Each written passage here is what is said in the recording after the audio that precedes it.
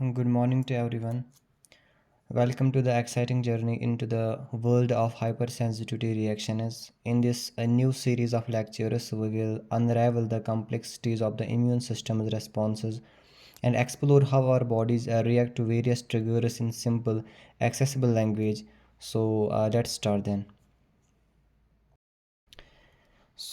Hyper sensitivity reactions क्या होते हैं? तो सबसे पहले इसकी जो मीनिंग होती है यहीं से इस वर्ड को हम समझेंगे। तो यहाँ पे हाइपर हमने लिखा है और सेंसिटिविटी यानी कि जब हमारी बॉडी ज़्यादा ही सेंसिटिविटी दिखाना शो कर देती है उसी को हम हाइपर सेंसिटिविटी रिएक्शन बोलते हैं। नॉर्मली हमें ये पता है कि जब भी बॉडी के अंदर कोई एंटीजन एंटर हो जाता है उस टाइम पे बॉडी का इम्यून सिस्टम एक्टिवेट हो जाता है और बॉडी जो है वो अपनी एंटीबॉडीज़ को प्रोड्यूस कर लेती है। ये तो ओवरऑल हमें पता ही है। लेकिन जब हमारे बॉडी के अंदर कोई ऐसा चीज़ एंटर हो जाता है या बॉडी के सरफेस के ऊपर किसी ऐसी चीज़ के साथ जो है हमारा कांटेक्ट होता है जो बिल्कुल नॉर्मल होता है और उस नॉर्मल चीज़ के अगेंस्ट जब बॉडी हमें क्या दिखाती है, हाइपर सेंसिटिव रिएक्शन दिखाती है समटाइम्स। तो वो ऐसा चीज़ होता है जो हर एक के लिए हार्मफुल नहीं होता है। ठीक है। जैसे अगर हम बात करेंगे पीनट्स की, तो फूड के एग्जांपल में पीनट्स या डस्ट पार्टिकल्स है। पीनट से कुछ लोगों को एलर्जी होती है और लेकिन बाकी लोगों के लिए पीनट बिल्कुल नॉर्मल रहता है। अब इसका क्या मतलब है? इसका मतलब है जिन लोगों के लिए पीनट जो है वो एबनॉर्मल होता है उनकी बॉडी जब भी वो पीनट खाते हैं, कोई ऐसा चीज़ एलर्जन खाते हैं, उनके कांटेक्ट में आ जाता है तो उनकी बॉडी जो है वो ओवर रिएक्ट दिखाती है। उनकी बॉडी को लगता है कि शायद ये बाहर का पैथोजन है जो कि हमारी बॉडी को नुकसान काज कर सकता है। इसीलिए हमारी बॉडी क्या करती है, वो एंटीबॉडीज़ कुछ रिएक्शंस को स्टार्ट करती है जिनको हम हाइपर सेंसिटिविटी रिएक्शन बोलते हैं। ये जो रिएक्शंस होते हैं बॉडी से निकल तो आते हैं लेकिन ये रिएक्शंस हमारे बॉडी के लिए यूज़फुल नहीं होते हैं। तो क्योंकि ये बॉडी एक तो जो हमारे पैथोजन होता है यानी कि जो हमारे यहाँ पे एलर्जन होता है, नॉर्मल एलर्जन जो था, एक तो बॉडी उस एलर्जन के ऊपर अटैक कर लेती है। उसके अलावा ये जो बॉडी है उस एलर्जन के साइड में जो टिश्यूज़ होते हैं, सेल्स होते हैं, उनको डैमेज कर लेती है। इवन कि इससे पेशेंट की डेथ भी हो सकती है। ठीक है। तो यही होता है हाइपर सेंसिटिविटी रिएक्शन। यानी हाइपर सेंसिटिव रिएक्शन को अगर हम ओवर में देखेंगे तो ये वो रिएक्शन होती है जब हमारा इम्यून सिस्टम ओवर रिएक्ट करता है उन चीज़ों के लिए जो बिल्कुल नॉर्मल होते हैं। अब इस हाइपर सेंसिटिव रिएक्शन के डिफरेंट टाइप्स है। तो दो साइंटिस्ट्स के मुताबिक, यानी एक का नाम जेल था और एक का कॉम था, इन्होंने एक क्लासिफिकेशन दी जिसके ऊपर इन्होंने कहा कि हम हाइपर सेंसिटिव रिएक्शन को 4 टाइप्स में डिवाइड कर सकते हैं। ठीक है। तो इसीलिए तो फर्स्ट आज का जो हमारा सीरीज़ है इसमें हम टाइप 1 या जिसको IgE एंटीबॉडी मीडिएटेड या इसका और एक नाम है विच इज़ एलर्जिक रिएक्शन, तो ये क्या होता है ये हम आज के टॉपिक में जानेंगे। तो यहाँ पे अगर पहला वर्ड लिखा है IgE एंटीबॉडी मीडिएटेड, इसका मतलब कि यहाँ पे जो है IgE एंटीबॉडी की प्रोडक्शन हो रही है और यहाँ पे हमने लिखा इसको हम एलर्जिक रिएक्शन भी बोलते हैं। जब किसी पर्सन को नॉर्मली एलर्जिक रिएक्शन हो जाती है, वहाँ पे जैसे ईडी में होने लगता है, वहाँ पे एरिथ्रीमा यानी रेडनेस होने लगता है, तो वहाँ पे इचनेस होना स्टार्ट हो जाता है। तो वो जो है आज हम इस टाइप 1 के अंदर पढ़ेंगे। टाइप 1 का मैकेनिज़्म जानने के लिए इसमें दो फेजेस होते हैं। मेन फेज़ जो फर्स्ट वन है जिसको हम सेंसिटाइजेशन फ़ेज़ बोलते हैं और सेकंड फेज़ इसके अंदर आता है जिसको हम इफ़ेक्टर फ़ेज़ बोलते हैं। पहले हम देखेंगे कि सेंसिटाइजेशन फ़ेज़ क्या होता है। यहाँ पे हमने बनाया है कि जो एलर्जेनस होते हैं, एलर्जन यानी कि डस्ट हो सकता है, पोलन हो सकता है, फूड, कुछ लोगों को फूड से एलर्जी है, कुछ लोगों को मेडिसिन से एलर्जी है, कुछ को इंसेक्ट बाइट से एलर्जी है। तो ये जो एलर्जेनस होते हैं जब भी ये हमारे बॉडी के अंदर एंटर हो जाते हैं, कैसे एंटर होंगे, यहाँ पे मैंने एलर्जेनस बनाए। ये 3 डिफरेंट रूट से एंटर हो सकते हैं। या तो ये एलर्जन हमारे नोज़ के थ्रू रेस्पिरेटरी सिस्टम के अंदर जा सकते हैं, या गैस्ट्रो इंटेस्टाइनल ट्रैक्ट के अंदर ही जा सकते हैं, या स्किन के ऊपर जो है आ सकते हैं और स्किन के अंदर ही फिर ये पेनिट्रेट हो सकते हैं। तो एलर्जिन जो है ये इन रूट से हमारी बॉडी के अंदर आ सकते हैं। ये जो तीनों रूट्स है इनके पास, इन रूट्स के पास एक सेल होती है। यहाँ पे मैंने वो सेल बनाई है जिस सेल को हम APC सेल बोलते हैं, यानी एंटीजन प्रेजेंटिंग सेल।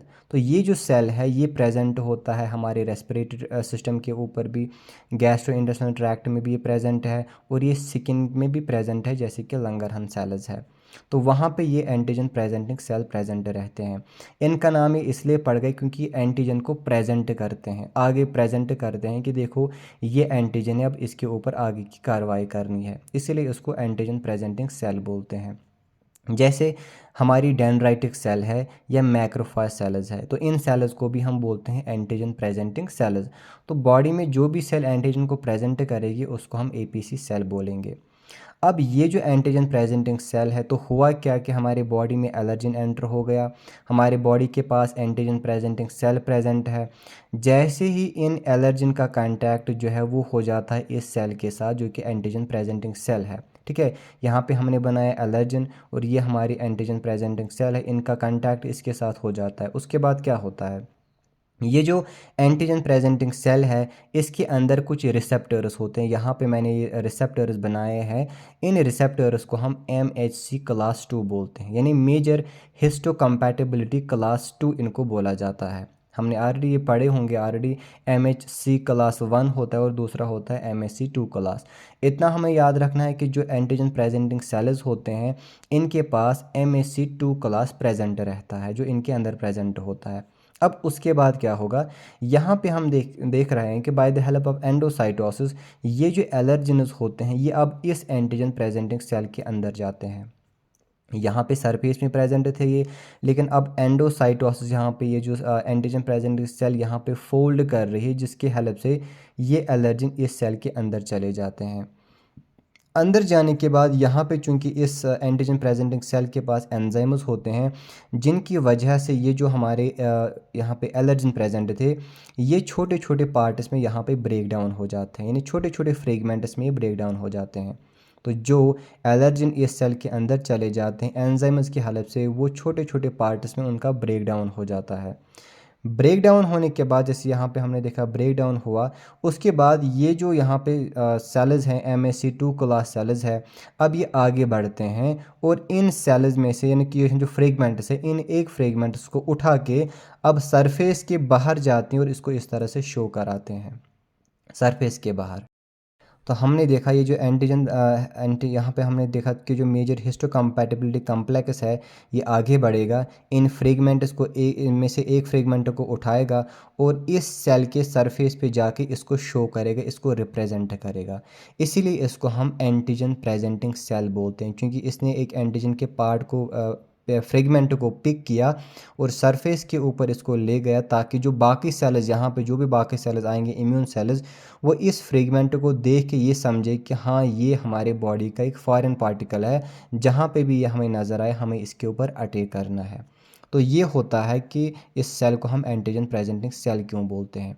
अब उसके बाद क्या हो जाता है, ये जो हमारी एपीसी सेल है अब इसके पास आगे जो है MHC 2 क्लास प्रेजेंट है, जिसके आगे जिसने एक यहाँ पे एक एंटीजन को जो है एक एलर्जन को कैप्चर कर लिया है। अब यहाँ से काफ़ी सारे सेल्स आ जाते हैं, लेकिन इसके साथ खाली एक ही सेल कांटेक्ट हो जाती है, जिस सेल को हम बोलते हैं जो कि टी हेल्पर सेल होती है। तो यहाँ से टी हेल्पर सेल आ जाती है, खाली टी हेल्पर सेल का कांटेक्ट इसके साथ हो सकता है। यहाँ पे मैंने नेव लिखा, इसका मतलब ये अभी इमेच्योर टी हेल्पर सेल है, ठीक है। अब देखो हेल्पर टी सेल के पास अपना एक रिसेप्टर होता है जिसको हम CD4+ बोलते हैं। हमें पता है कि जो टी हेल्पर सेल है इनके पास CD4+ रहता है, और जो साइटोटॉक्सिक टी सेल्स होते हैं उनके पास CD8+ रहता है। यहाँ पे मैंने क्या लिखा है कि CD4+ रिसेप्टर्स हमेशा बाइंड करते हैं MHC 2 के साथ, और CD8+ हमेशा बाइंड करते हैं MHC क्लास 1 के साथ। यहाँ पे अगर हम देखेंगे तो ये MHC 2 क्लास है, इसका मतलब ये MHC 2 क्लास है, इसका मतलब जिस सेल के पास CD4 रिसेप्टर प्रेजेंट होगा वही सेल इस आगे जाके इस एंटीजन को अब कैप्चर करेगी। यानी कि यहाँ से अब नेव टी हेल्पर सेल आ जाती है। इसने देखा कि इसके ऊपर चूंकि इस CD4+ को किसके साथ बाइंड होना है, इसको बाइंड होना है MHC 2 के साथ, लेकिन जैसे ये बाइंड हो जाता है इसके आगे जो है एक एंटीजन प्रेजेंट है, वो एंटीजन प्रेजेंट का कांटेक्ट इस CD4+ है जो हमारी टी हेल्पर सेल है इसके साथ हो जाता है। अब ये नेव टी हेल्पर सेल क्या कर लेती है, ये अब मैच्योर सेल बन जाती है। अब ये जो है ये मैच्योर सेल बनती है, और मैच्योर सेल बनने के बाद यहाँ पे ये 3 डिफरेंट टाइप के जो है इंटरल्यूकिन उसको प्रोड्यूस कर लेती हैं या केमिकल उसको प्रोड्यूस कर लेती हैं। जैसे इंटरल्यूकिन 4 है, इंटरल्यूकिन 5 है, और इंटरल्यूकिन 13 को यहाँ पे रिलीज़ करते हैं, केमिकल्स होते हैं ये।